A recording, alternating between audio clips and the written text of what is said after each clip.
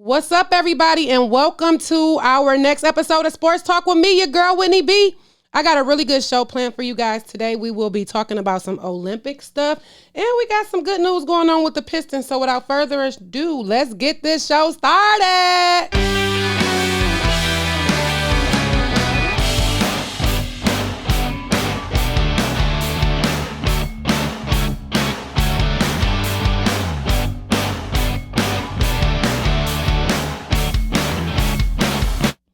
And again, welcome back to the 14th episode of Sports Talk with me, your girl, Whitney B. Y'all, we is moving, okay? That's all I gotta say is we're really getting through this, and I'm doing it, and I'm here, and I'm doing it with y'all. So I really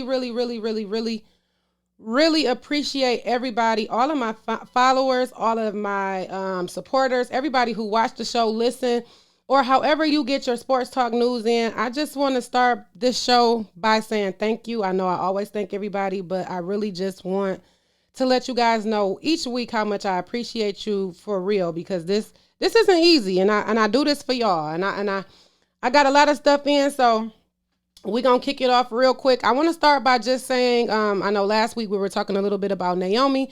Well, for the past couple of weeks, we've been talking a little bit about Naomi. Well, it is confirmed earlier this week or over the weekend. Naomi did finally go ahead and say that she was not going to do Wimbledon. So she did withdraw from Wimbledon, and she's going to focus more on her mental health and just prepare for the Olympics. So it's good that we will see her in the Olympics this year, starting next month in July.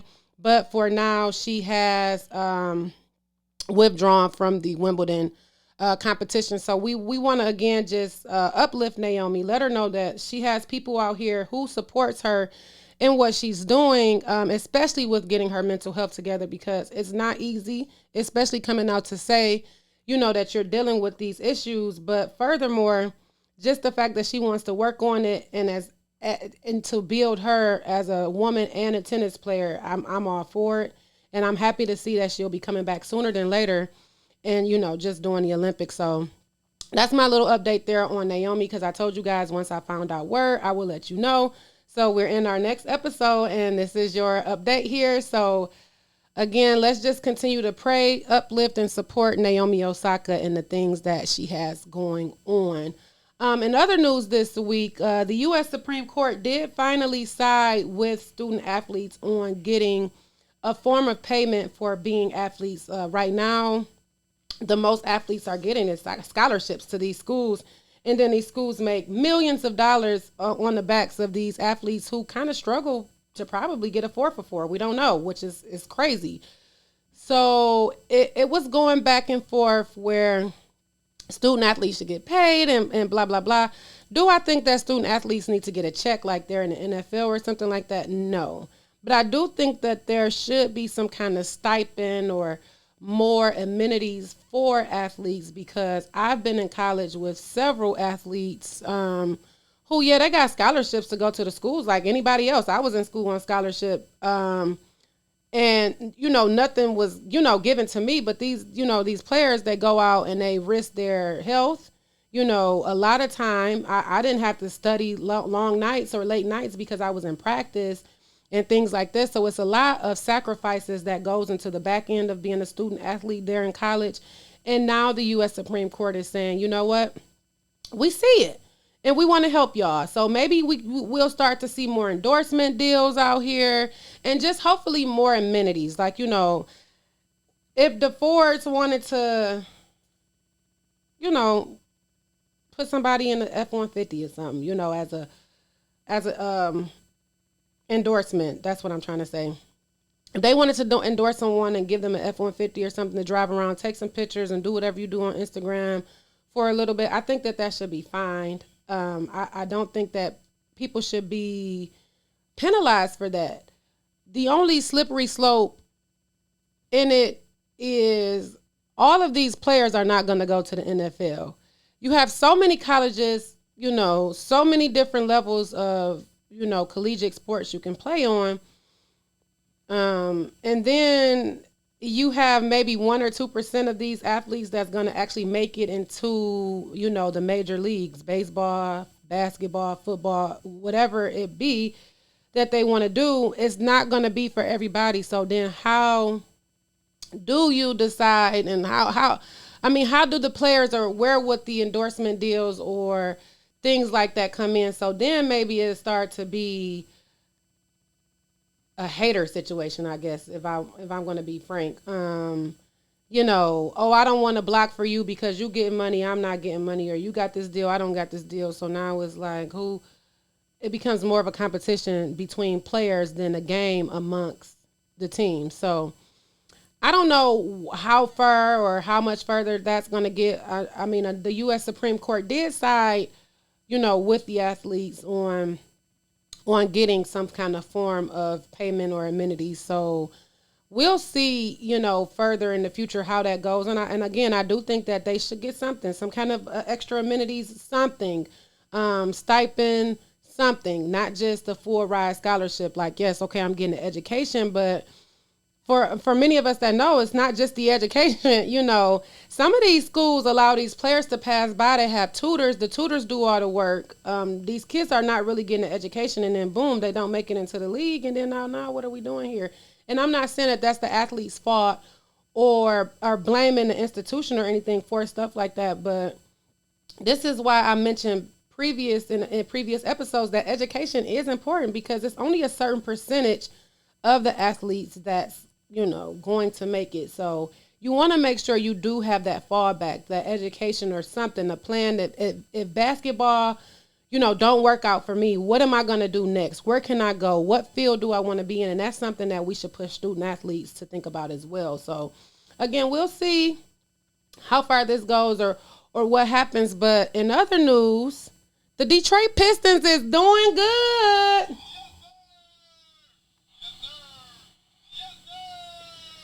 Yeah, my co-host Rip is in the house. Now, Tuesday was the draft lottery for the NBA. Y'all, the Pistons got the number 1 pick. So, now it's been a lot of talk. Ooh, is the Pistons going to draft Cade Cunningham? Some people don't think we need a point guard. Some people saying we do. It would be a really young team if Cade was to get drafted on the Pistons for next season and then start playing. Okay, very, very young team, like probably all under like 23, 24, the starting 5. But some people are saying that the Pistons should take the pick, trade, get some other weapons, like basically like a hell of a trade, like the Matthew Stafford and Jared Goff trade where, he was traded, but it was like ton of picks that came with the trade. So people are saying, the Pistons is in this situation, blah, blah, blah, blah, blah. Well, we haven't got the number 1 pick in over 50 years. So this was all also like big news, but it's what will Troy Weaver do with this pick, or what direction he's going in. In the press conferences afterwards, after the draft, he wouldn't tip his hat. Duh, we don't expect that, because then what are we doing here? But he did say that the team did have their eyes on a couple of people that would be up in the first round. They're higher up to be picked in the first round. So he didn't say necessarily that he was looking at Cade Cunningham, but everybody here in Detroit, especially in Michigan, that's who they want to go with. It's just, to me, I'm just excited that the Pistons got the number 1 pick. Like, the last time we were so much higher up, they drafted Darko Milicic, however you say his name, Darko. We know it's Darko. When the Pistons drafted Darko, it was like, I can just almost remember the dark cloud that came over the state. Like, who is this? It almost puts you in the mind of kind of when not the Pistons, but the Lions be drafting people, and the people who run the draft on TV or whatever, they never have highlight films for these people. Like, who is this running back that the Lions is drafting? That was like Darko. Like, where did he come from? And then what did he do for the team? Like, it just, so, with the Pistons being able to draft this high up in the lottery, everybody was kind of like, oh my God, what would the Pistons get? We need to at least get top 3.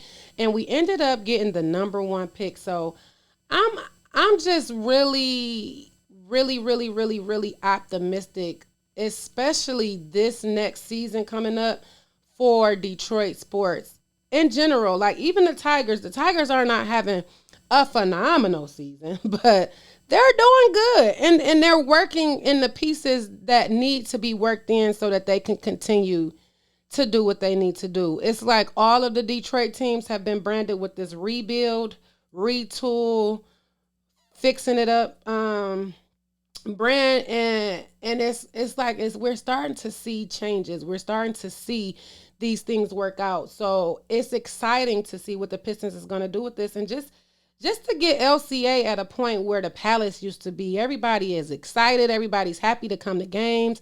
And we're rooting our team on, and we're happy to root our team on, especially the Pistons and as well as the Lions. Like the Lions pack out Ford Field all the time. How? I don't know why. It's not like people go to see. Well, people do go to see a great game, but half the fans is like they're gonna lose anyway or whatever. Me, I just go to have a good time. I love football. It's entertaining.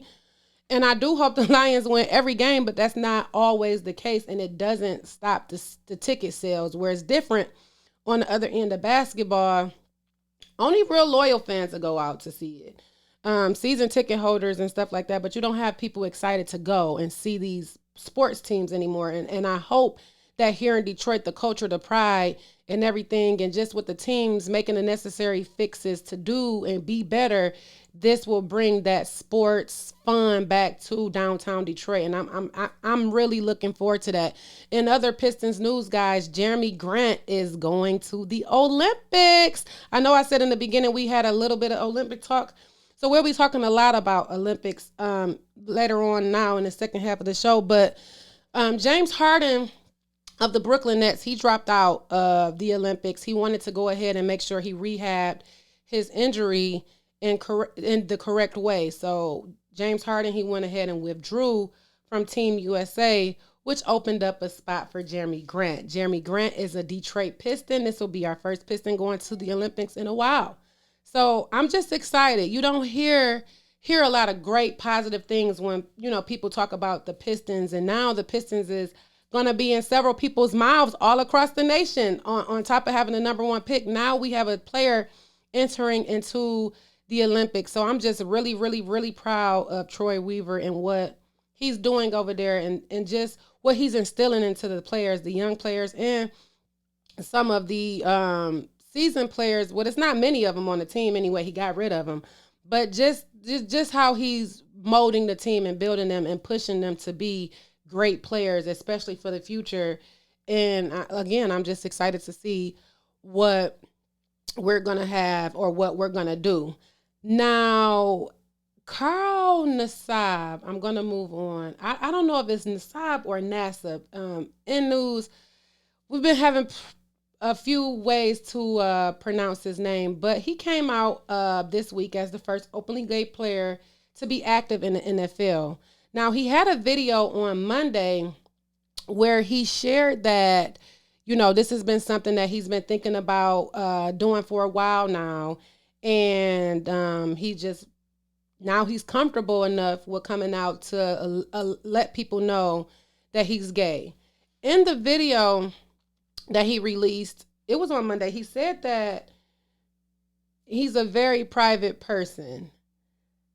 Now, the wheels in my head started turning a lot here, because I know it's Pride Month and it's good to do that, and I really feel like he opened the door for a lot of other athletes who may be hiding in the closet and want to come out, or other openly gay people who's afraid to play in sports because of maybe the stigma or what people may think. So he definitely opened the door and paved the way for that, started good conversation, and especially seeing all of the other athletes that came out and supported him, just, appreciating him for coming out and owning his truth and just supporting him. Like, hey, we look at you the same. It's nothing wrong with that. Like me personally, we here to do a job, as long as you doing what you got to do, because Carl is a defensive end. Carl last year, he had an interception for a touchdown. So he's a great player, but let's keep personal and business on the field. And that's it. Like, I don't think nobody should care what anybody want to do or as long as it doesn't interfere in their business. Where I was a little more kind of confused at is when he came in the video, he said that he was private and he didn't like a lot of people in his business. So I mean, what was this about? You know, like what was your number one goal for making the video? Like, did he feel like somebody else was about to out him? Did he feel like he just wanted to do it? I don't know, but it's like a slippery slope to me when we do these things. Like, oh, I'm a private person, but I'm going to make a public announcement about something and then ask people to respect my privacy. Like, you would have more respect if you didn't say anything. But I mean, maybe with it being Pride Month, to me, this was the perfect time. If you were going to come out with it, you know, make it celebratory around everybody. Like, having pride does not just mean you're a part of this community. I take pride in a lot. You know, this is a very much time of independence and freedom for people across the nation. So the timing and everything I feel like was perfect for Carl. It's just, I don't know if his word choice, I guess, I would have used the same words. I don't know. But anyway it goes, this is the first openly active gay player in the NFL.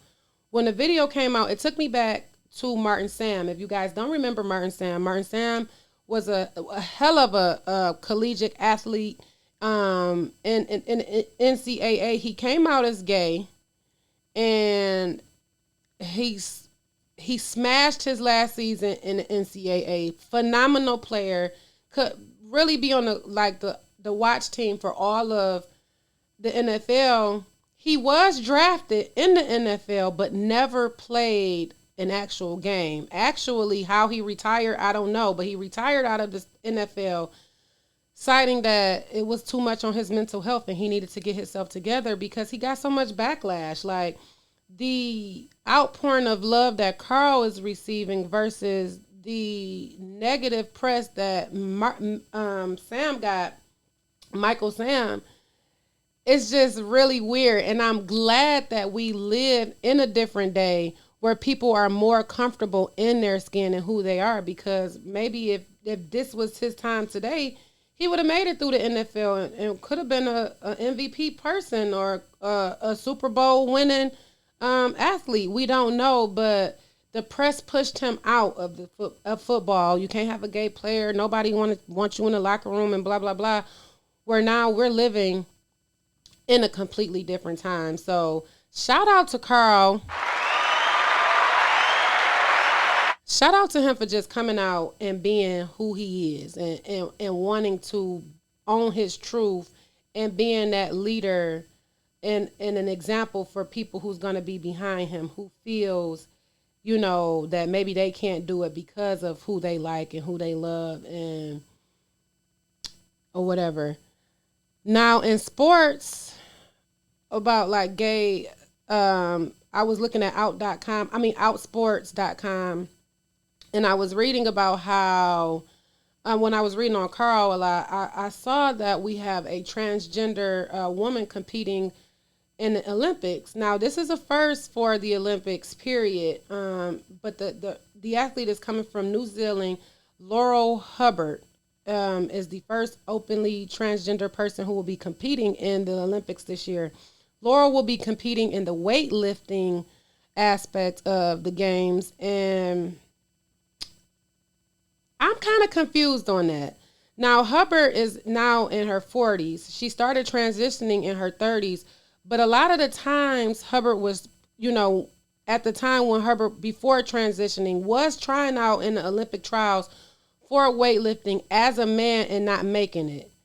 Since transitioning, now, you know, she's in a better position. She's competing with women. And now New Zealand has, you know, Laurel in for weightlifting. I don't think that that's fair. I don't think that that's fair at all. I think we're at a time where we can maybe put together Olympic Games for transgender people.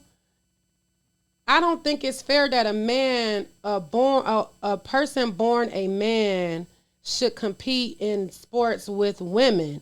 You're already physically capable of doing things that I can't. At this point, I feel like just hand Laurel the gold, bronze, silver, something. She gonna win something. You have a man competing against women, and it's not fair.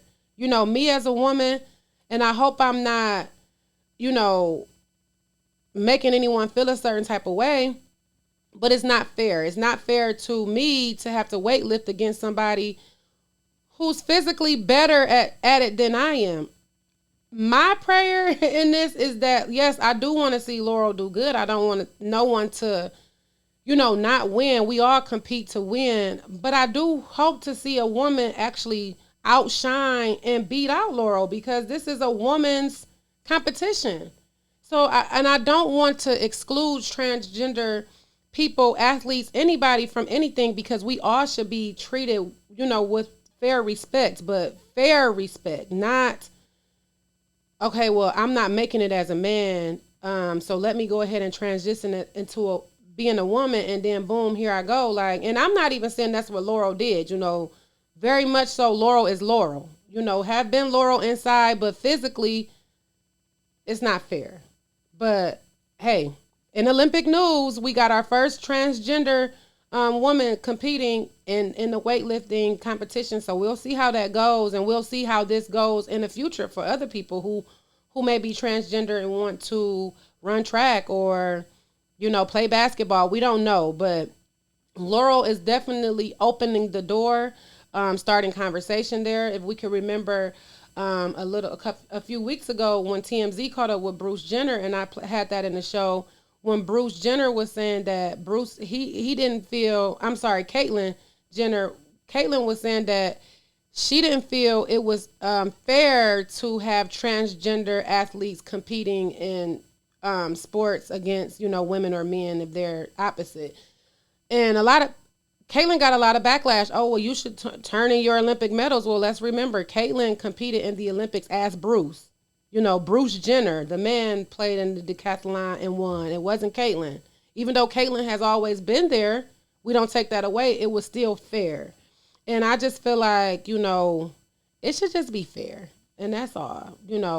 I'm not sure how strong Laurel is. If I don't know.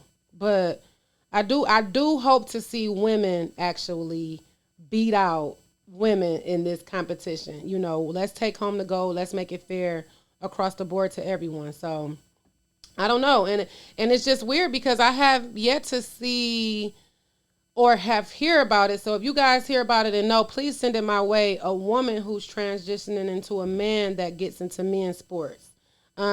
We hear a lot about it being the other way around. And this is actually a first for the Olympics, but let's just see what the future holds and where this takes us. In more Olympic news, Sha'Carri Richardson from LSU, whoop, whoop. She is the fastest woman in America, and she's on her way to the Tokyo Summer Olympic Games.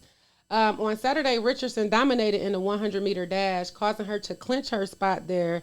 And according to People, she'll be there only representing America for the 100-meter dash. She won't be doing the 200-meter dash, and I'm not sure. I didn't see that in the article there.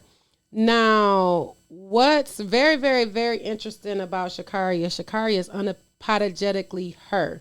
After all of this press, she's been getting a lot of negative press about who she is. Oh, she got a long weave, she got long nails, she got tattoos.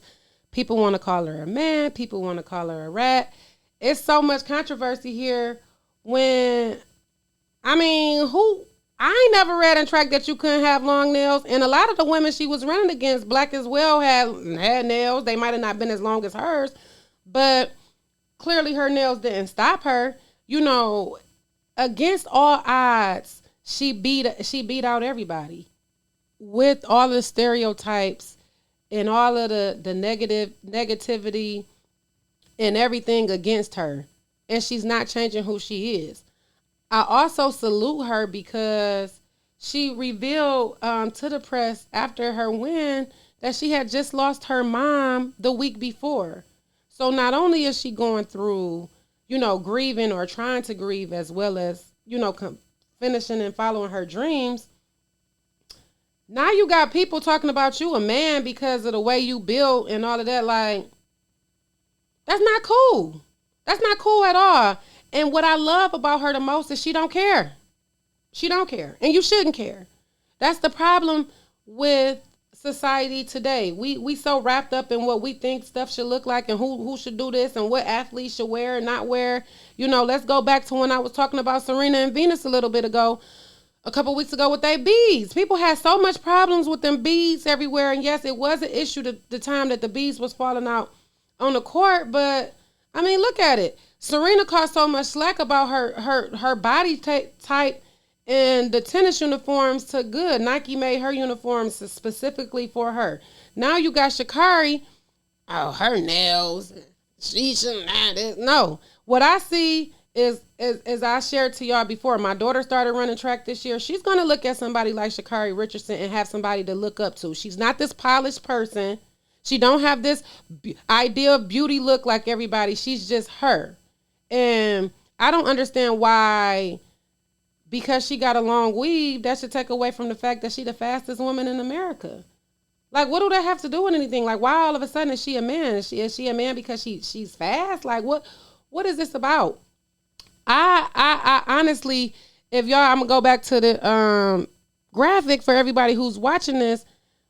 Sha'Carri literally ran across the finish line with her hands out like that, like what you guys could see, because she knew. She knew the position that she was in and what she was up against. And above all, like she said in the press, oh, I prayed, my family is everything. And she did this for them, for her deceased mother. And could you imagine being 21 years old, still young, still impressionable? You out here following your dreams, in which we all wanted to do. When I was 21 years old, I wanted to go to the Olympics for track. Marion Jones was my idol. And we haven't had a Marion Jones type athlete in this realm for track and field, especially for young black women. Now we got Sha'Carri Richardson, and instead of us being able to celebrate and be happy, not a press one to spin it. Oh no, let's talk about her being the fastest woman, her doing a 100-meter dash like no other. Let's talk about that. Let's not talk about her nails and her hair and her tattoos. We all got a few tattoos, and if you don't, that's on you. You can't control and dictate what people want to do with their body. That's not fair. And I'm happy for Sha'Carri. I'm very, very happy. Young lady who can bring home the gold. Go Team USA. I'm excited for the Olympics. The Olympics start next month, y'all, in July. They're in Tokyo. Tokyo is not allowing anybody from the outside. So if you had a couple dollars and you wanted to fly over there, don't do it. Don't do it, because they're not going to let you in unless you got some kind of citizenship over there. Other than that, it's not going to happen. But you can watch it at home, and it's going to be good. Before I wrap up the show, y'all, as always, you know I got my Sports Talk with Whitney B merch. You can go right there on the website, mywhitneyb.com/shop, mywhitneyb.com/shop. Order your black and white or yellow and pink t-shirt today for the low price of $20. I do ship. We have flat rate shipping here in Michigan and outside around the United States of America. So please, if you can, go ahead and head over to the website, support me, and get your Sports Talk with Whitney B merch. Also this weekend, we have Shade and Shenanigans on Saturday. That's going to be good. We got a good show planned for you guys this week. So head over to RockyRoadMedia.com for any other updates. Remember, Shade and Shenanigans every other week, and then it's Love and Success. After the Rocky Road Productions Porch Talk podcast every Saturday follows Vitamin D. Vitamin D is a very fun-filled, ignorant show. I love it. I love it. And if you haven't seen it yet, I say it every week, you got to watch it. You can find everything there on RockyRoadMedia.com, how you can watch on YouTube, Facebook. All of the information you need is going to be right there on the website. So go ahead and head over, RockyRoadMedia.com for your updates on everything going on under the Rocky Road Productions umbrella. So I would like to thank everybody for tuning in to this week's episode. Again, guys, leave your comments, your feedback, email me, comment on the website. above all things, I really appreciate you guys for just listening and being on this ride with me.